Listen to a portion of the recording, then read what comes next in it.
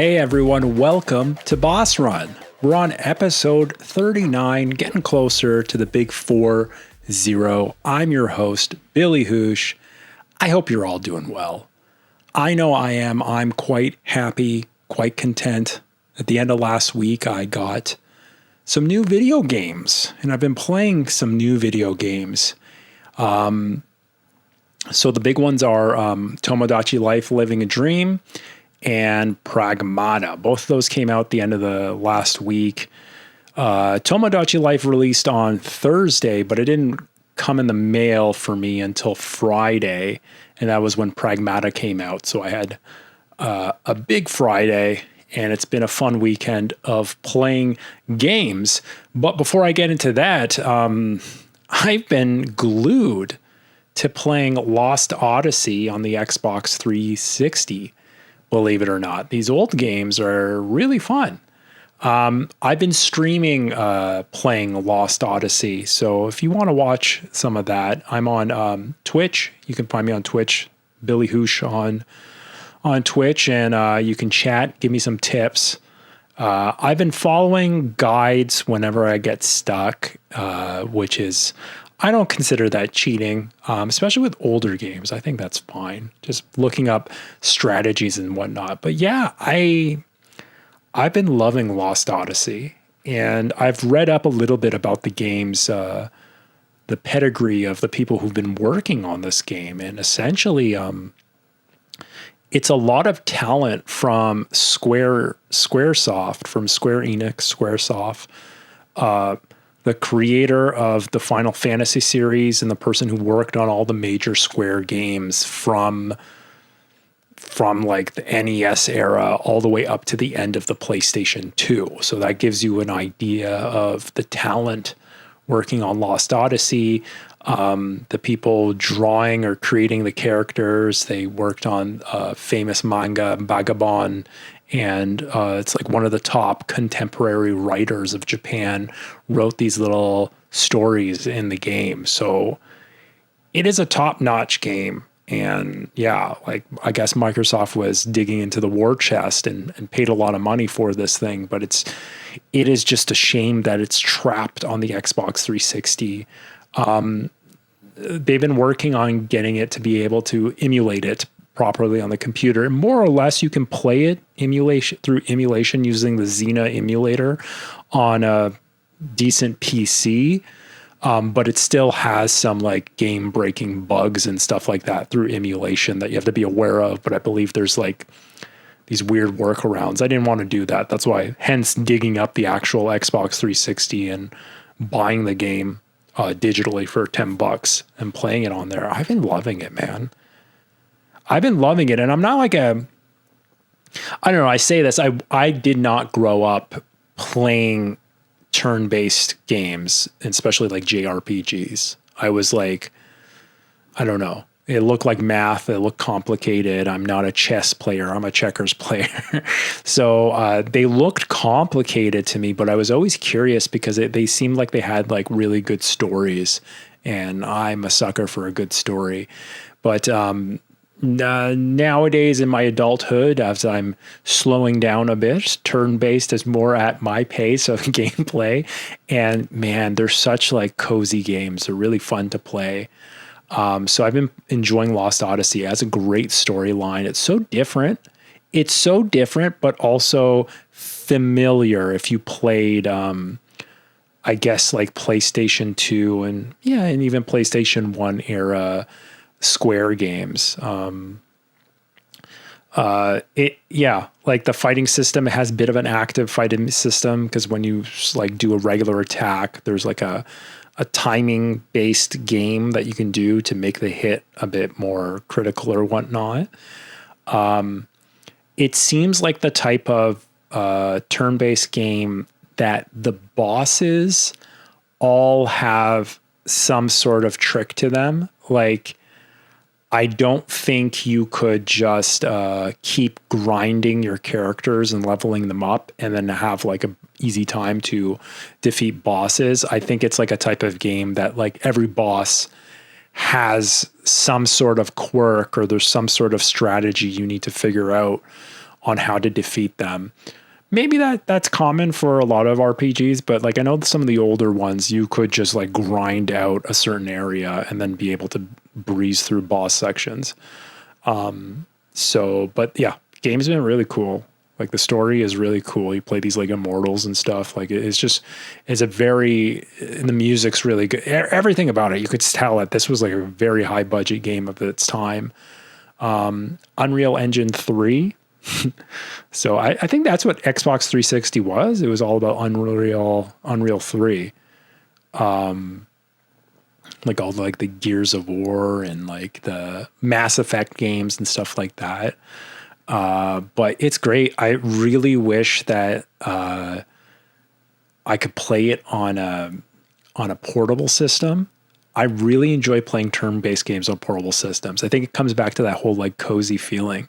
It's like you're reading a paperback novel, like curled up on the couch or something like that. That's the kind of like vibe that these types of games give me. And yeah, they're just really fun. I really like them. I'm glad that later on in my twilight years of gaming, I'm starting to enjoy these games, and I'm enjoying this old Xbox 360 game. Going to continue playing it. So yeah, check me out on Twitch. I'll be streaming it until I complete it. I believe it's like a 50-hour game. So I'll be playing that in the background. I try to play like an hour or two each day. And hopefully get through it. I got some progress. I'm getting closer to the end of the first disc. I guess back then we used to like big games, big RPGs were split up into discs. So that's how you would like gauge how far you were in the game. So, I'm coming close to the end of disc 1, but, yeah, no real hardware news. Honestly, like playing the Xbox 360, it kind of reminded me of I guess that's my heyday of the 360. I bought my 360 the first thing when I came back from living in Japan. When I was living in Japan, believe it or not, I wasn't really playing that much video games because life was the video game. I did have with me though, a PlayStation 2 when I was in Japan. And it was like around the time where like 360 was probably out for at least a year when I was in Japan. And I think as I was leaving, PlayStation 3 came out. But when PlayStation 3 launched, I don't know too many people who got the PlayStation 3 because it was just too expensive and there wasn't a really good like launch lineup for it.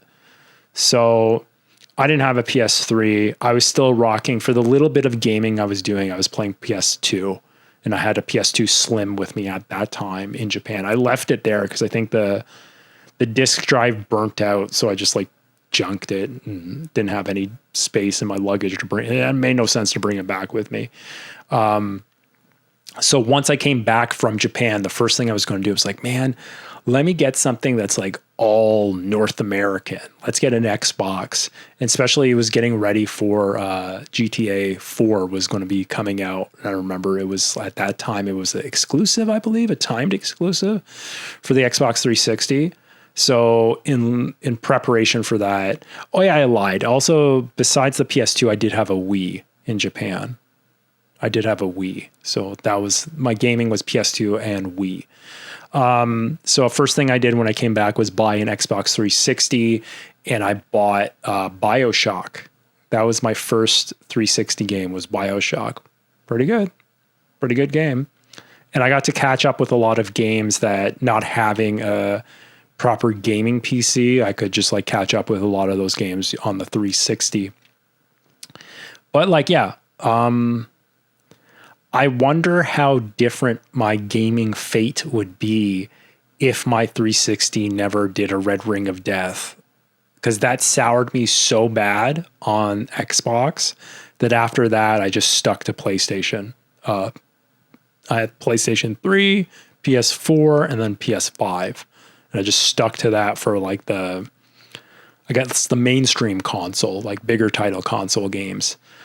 But man, playing it, logging into my old account and playing it and just like seeing the interface and like the online implementation, it was definitely way more polished and geared towards like a Western market, towards like people who are used to PC gaming and stuff like that. And I could see why people who may have stuck it out with the 360 to the very end of the generation were probably compelled to keep going, because you're stuck in that ecosystem and you're just like used to the interface and all like the little like bits and stuff in it. It is kind of like cool. That's why, like, you know what, I'm really rooting for. I hope Xbox gets their shit back together and they're able to be like a proper competitor. If anything, I hope like the PC integration, like I hope they really work on Windows and Windows for gaming. I don't use the Xbox Game Bar stuff, but if like they make Game Pass good again, and if they like make an emulation layer where you can play all your Xbox OG and Xbox 360 games on your PC, I would definitely be a Game Pass member, at least on my PC, and I start like playing that just as much as I play Steam on this thing. So like, you know, like I really hope they get their stuff together, because like there are some hidden gems on still locked onto that system. Unless, hey, port over Lost Odyssey to other systems. I'm definitely going to try the other RPGs made by, I forget what the company's name is, Wind something, I forget, the company that made Lost Odyssey. I'm definitely going to try their Fantasian, I think is the name of the last RPG they worked on, which had a very unique art style to it. I'll definitely check those out, because I'm digging Lost Odyssey. I am digging that game. Next title would be Tomodachi Life Living a Dream. Now, I'm used to this game. I mean, like, not used to. I knew what I was gonna expect playing. I played the original on 3DS, and it basically is like a Sims type of game.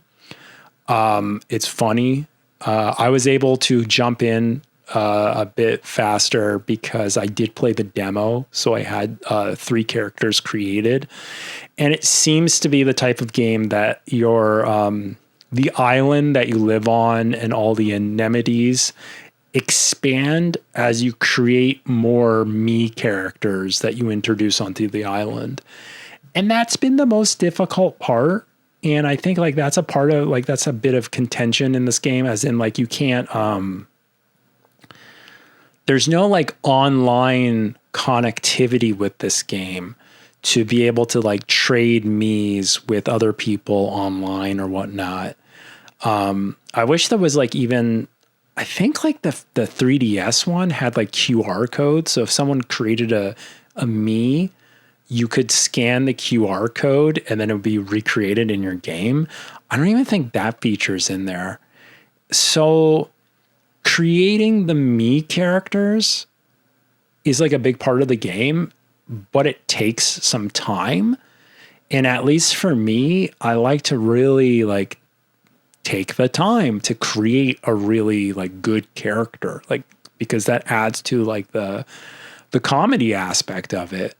So it was asking me, last time I played, it was asking me to make a third me character, and it took me a while. It took me a while to create one, and it was based off of my beloved cousin. He's older. He's like 66 or something like that. And I took time creating him. And I'm not really like, I never found myself to be that good at like the character creation parts of games, but I found a recent photo of him and I just had the photo on my phone. And then I just went to town on the character creation system, and it created like a pretty good likeness of him. I made a good likeness of me and my father, pretty good in the game. It's pretty funny.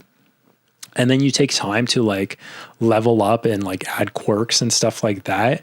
But after all that time creating this character, putting them in the game, it it immediately was telling me, oh, to expand for more features on the island, make another character. And I'm like, oh man, like I'm going to like, and I'm like, oh, now I want to think of like, to even it up and have like a female character. I have to think of like, who do I want to make a female character in the game? Like for me, it's kind of like, I guess the creativity is like making a character from scratch isn't as fun as like a person, in real life, or even like maybe a celebrity.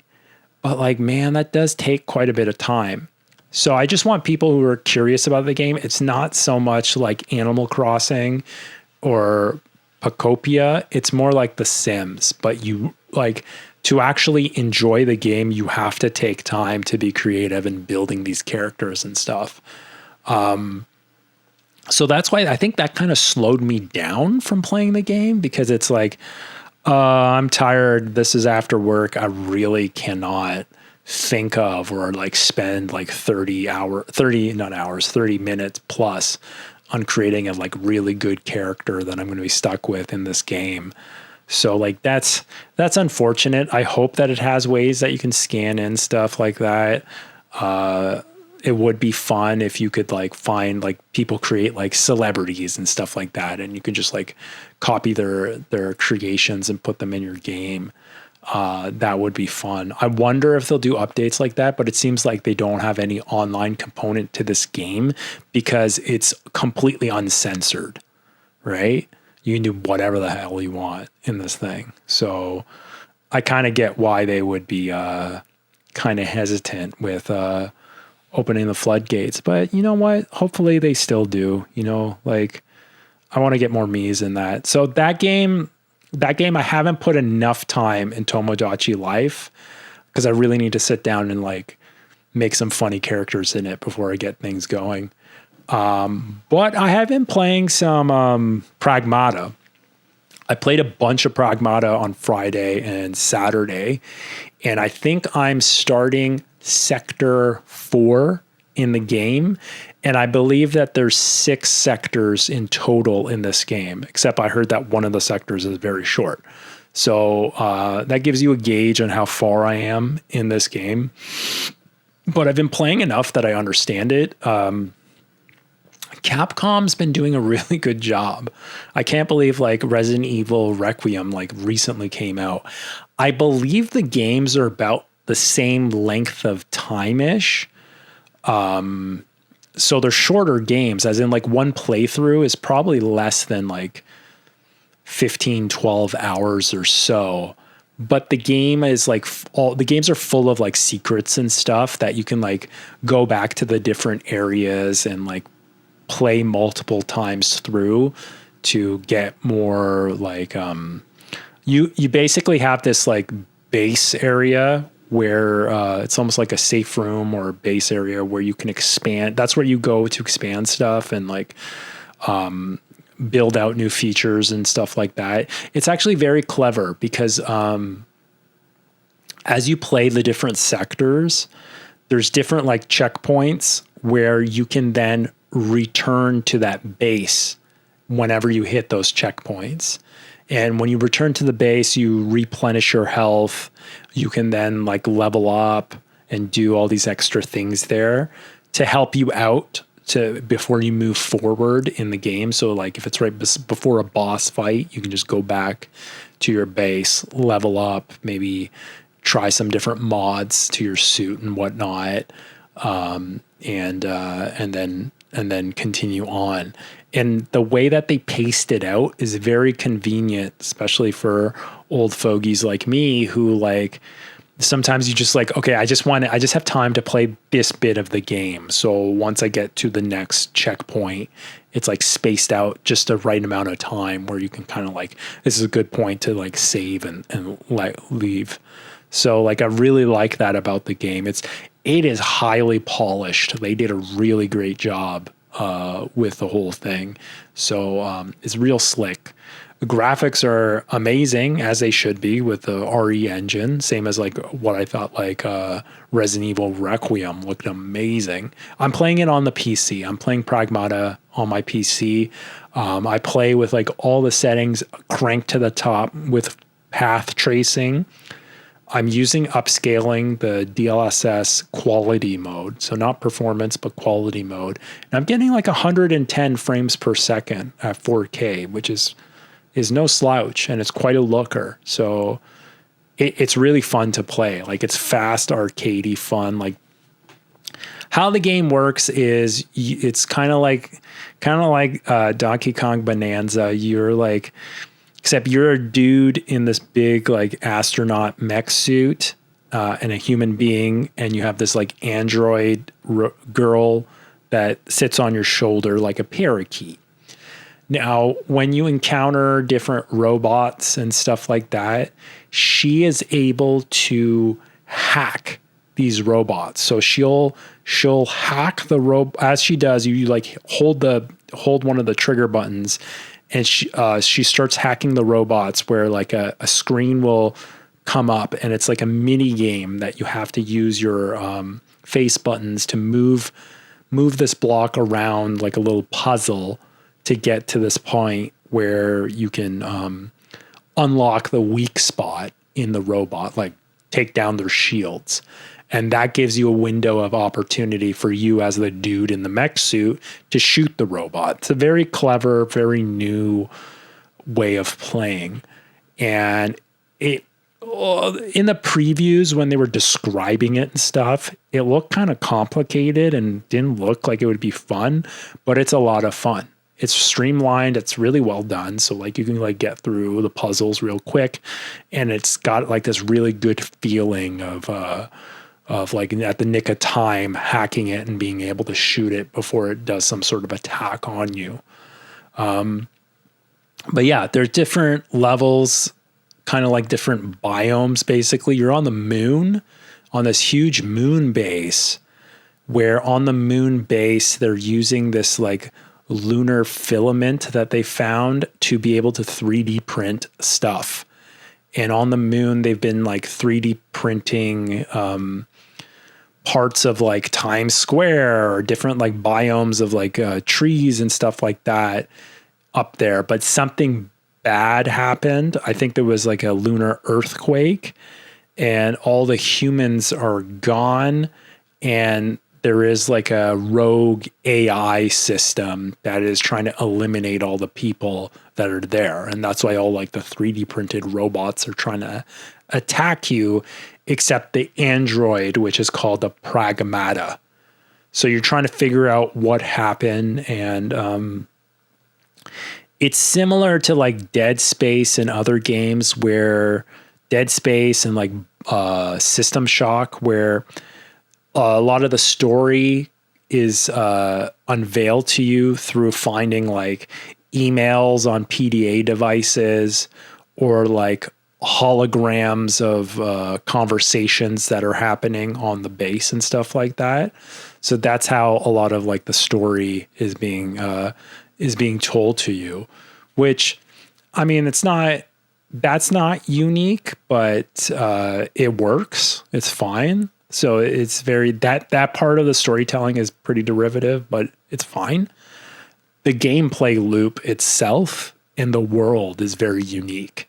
And it's just like so refreshing when you see one of the big companies finally like take a risk with a new IP instead of like another sequel. Like, what are we? Resident Evil was 9.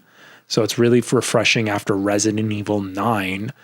Capcom releases a brand new IP we haven't seen before. This is awesome. And I hope they continue with it. I think it's getting rated, it's getting really good reviews. Like, people are saying it's like a game of the year. And probably a lot of that has to do with it being like a fresh new game, like completely new story, new game, new everything. So I'm really happy with Capcom's output this year. And I don't play Monster Hunter games, but I know a lot of people are really pleased with the Monster Hunter game that came out this year. And I think Capcom still has Onimusha coming out this year as well.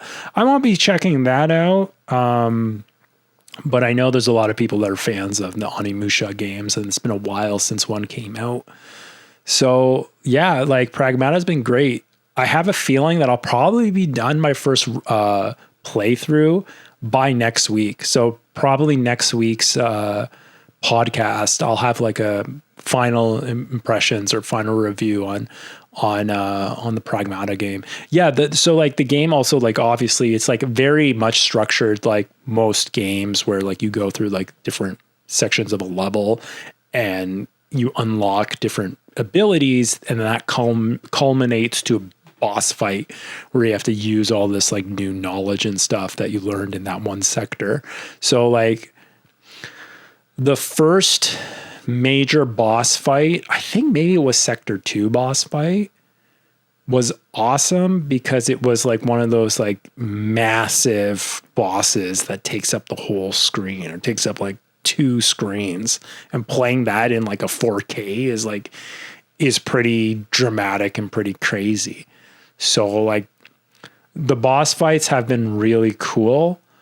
Once again, I would say some of them felt kind of derivative. Like I think the last boss fight that I played was like some sort of giant scorpion type of robot creature. Some of the attacks, I'm like, you know what? I think I've played a game that did the same like attack patterns and stuff like that. But I mean, it was still very fun. And like just how they're like mini combat puzzles is very like intuitive and just fun to play. And like I said, it's like very much rewarding once you beat stuff. But yeah, it's been good gaming. It's been very, very much good gaming. And I know I was in a bit of a drought, even though I can't say I'm in a drought ever because I do have a backlog of games. But I was playing the first 2 Shenmue games before this in anticipation, knowing that I'll have more games to play. And I think even between that lull, I got impatient, and that's why I like dug up the Xbox 360 and pulled out Lost Odyssey. In my back pocket, I still have one big game that I am looking forward to playing through, and that's Kingdom Come Deliverance 2. I know I've kind of like waited on that game because I played through the first one, I think it was early this year or it was late last year. I can't remember. But that was a really long game. That was like, I think I put like 110 hours into that world. And it's like an immersive sim. So I'm like, I probably should put some time between them. So next time I have like a big lull, I'll probably play that. Maybe that would be the game that will be slotted in after I finish Lost Odyssey. But Lost Odyssey seems to be the game that I have been thinking about the most while I'm not playing video games. So that says a lot about it. And I hope more people get to play that.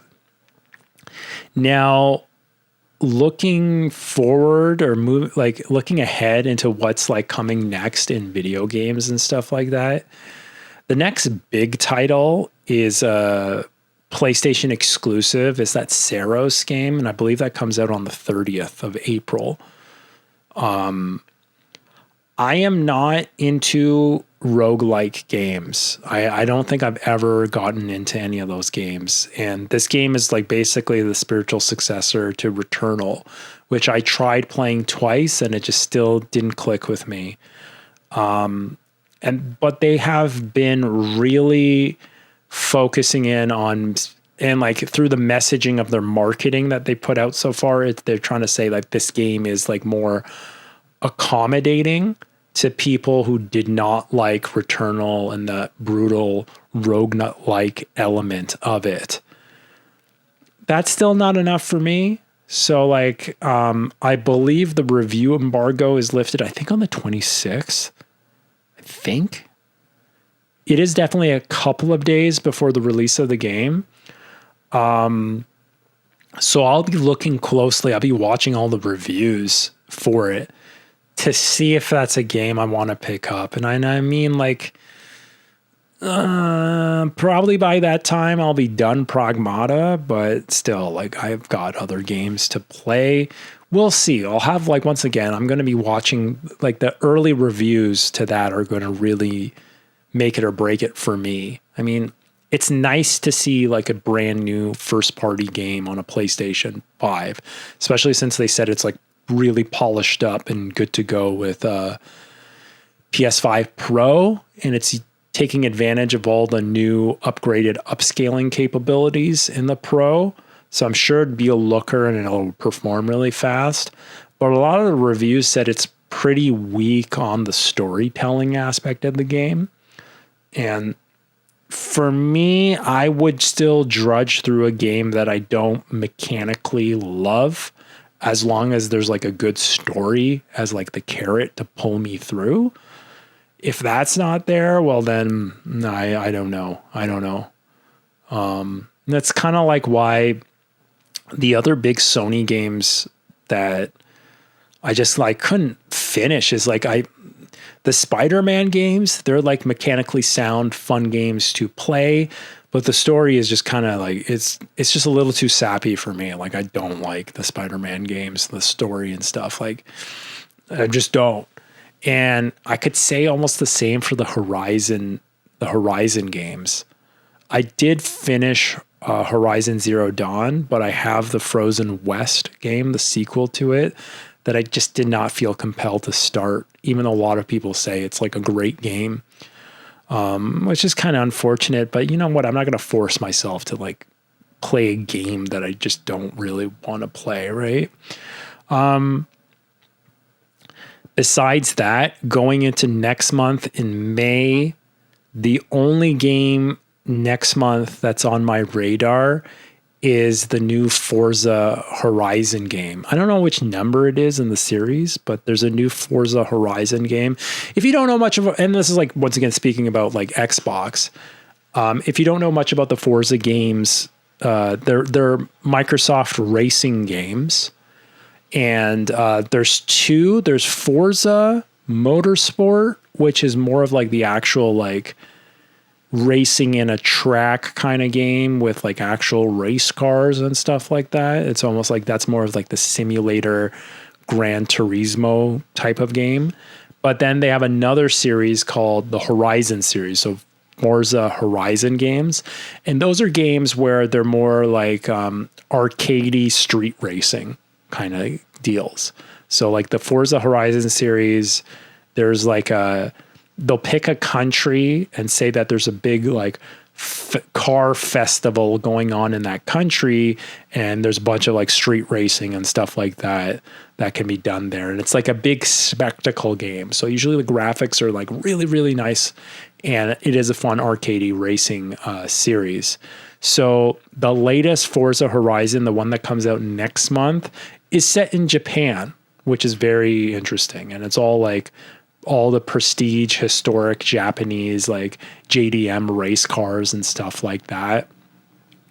So like that is definitely on my radar. If it gets like really good ratings and stuff like that, I might pick that up, because that would just be a fun game to play here on my computer. Just like ripping around a couple of like arcadey races are pretty sweet. And especially coming off of playing Daytona Racing USA on that. Like I'm a big fan of like arcade racers. Well, the last one was a JDM racing game, the Tokyo Extreme Racer. That's an awesome game. It's still like a AA game. It's not a AAA game, but it's pretty awesome. And that you're just playing on the Shikoku highways in Tokyo. Whereas Forza Horizon, I think it's like all over Japan. So it has a lot of potential of being really good. And usually like the Horizon games, just graphically and just like the whole like actual experience of racing is pretty top notch. So that's definitely on my radar. I'm trying not to sneeze, guys. Excuse me. Excuse me. Sorry about that. I sneezed. If you're seeing the video version of this, you might see that I was lazy that I didn't put up my background in there. I'm just using my regular background that you would see when I'm streaming games. You can see in the back corner there some Xbox 360 games in the back there. An Xbox, that's my original Xbox hard drive. It was like the one of the early, I think it was like only a 20 gig hard drive. It was a 20 gig hard drive. Luckily, the Japanese Xbox that I have, the Japanese 360, it has a 60 gig hard drive in it. because I could not, my 20 gig drive, I couldn't have Daytona USA and Lost Odyssey installed at the same time. It was too small, so I had to swap back to the original drive of the Japanese 360 because whatchamacallit, Lost Odyssey is a couple of games. Just quickly looking over the news just in case I missed something.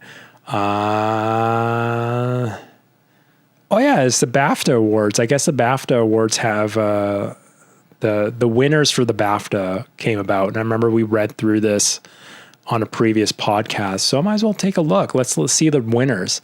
Best multiplayer game was Arc Raiders, which makes sense for last year. That's pretty good. Best artistic achievement, Death Stranding 2 on the Beach. I very much enjoyed Death Stranding 2 a lot. I love that game. I platinumed that game, but not a lot of people talk about it.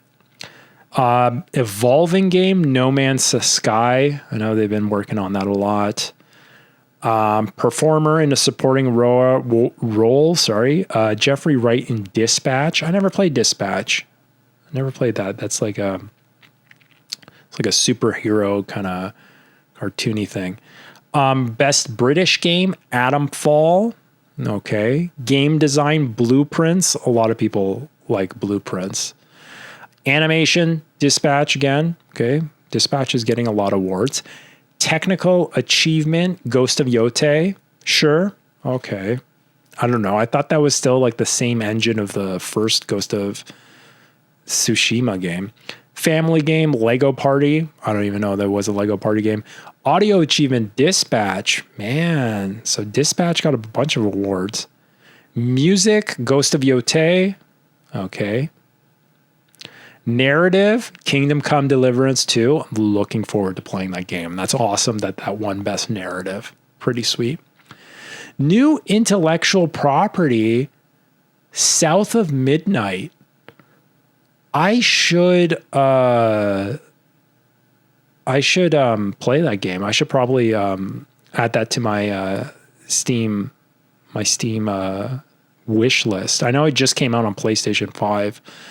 I believe that game, even though that game's set in like the South of the United States, I believe it was a Montreal developer made that game. So it was a Canadian game. Best debut, Clair the Obscur, Expedition 33. Game Beyond Entertainment. I don't know what that means. Despelote? What is Despelote? Despelote is a first-person adventure video game. It's a slice of life set in Quito during Ecuador's qualification for the 2002 FIFA World Cup. Very weird. Okay, interesting. Best performer in a leading role, Jennifer English in Clair the Obscur, Expedition 33. Best game, Expedition 33. Makes sense. Makes sense. Really happy about Kingdom Come Deliverance winning Best Narrative. And yeah, I should check out South of Midnight once it'll be on a Steam sale or something like that. I believe that also was I think that was an Xbox Game Pass game. I think it was. It was a Game Pass game, but then it was also on Steam to purchase. And then it came out on PlayStation 5 recently. So that's interesting. So there you go. There's your BAFTA winners. We've got that done. And we're slowly getting closer to what's it called? The summer. Is it called Summer Games Fest? I think it's called Summer Games Fest. So since like E3 doesn't exist anymore, Jeff Keighley stepped in and created the Summer Games Festival, where they do announce a bunch of video games and stuff like that. It's around the same time of when E3 would happen. So early June. And that's usually when we get all like the press releases. Like we're due in for I think Nintendo should be having like not a state of play. What do they call it? Nintendo Direct, where they announce like what games are coming out. They're probably going to announce soon their holiday lineup. The rumor is that possibly a Star Fox game is coming out this holiday for Nintendo. State of play would be the PlayStation one. Not sure what they would announce. I guess like they probably want to show a little bit more of the Wolverine game. They're probably going to be showing more of the Wolverine game that comes out in September, and I think around the same time, Phantom Blade Zero will be coming out, and that's like I think that's a console exclusive to PlayStation, but it's also coming out on PC. I'll probably be picking that up on Steam. I don't know what else Sony would be showing off besides. They should be part of hyping up Grand Theft Auto 6 as like, since that's going to be like Xbox and PlayStation, it's probably going to be like primarily a PlayStation 5 Pro game. They really probably need to. I wonder if that game's going to still be coming out this year. Really wonder, because like, it would be sometime this summer that they would at least put out another trailer.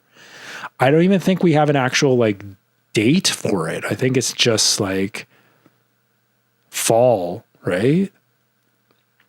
So I don't know what's going on with Grand Theft Auto 6, but that should be a big one. And I think Microsoft in May is going to have an event, Stranger Than Heaven, the new game made by May 6th. May 6th is Xbox presents a special look at Stranger Than Heaven. So we're going to see way more of that game, which I'm looking forward to. That's like made by the Like a Dragon. It's RGG Studio Games, made by the Like a Dragon company. If you know me, you know I love my Yakuza games. Hell, I love my Shenmue games. So I am definitely going to be playing that game. So I'm excited to learn more about this. There was some rumors that people were saying that this character could possibly be Kiryu Kazuma's like biological father. And maybe you're going through his story of his life to see up to like when he gets like killed.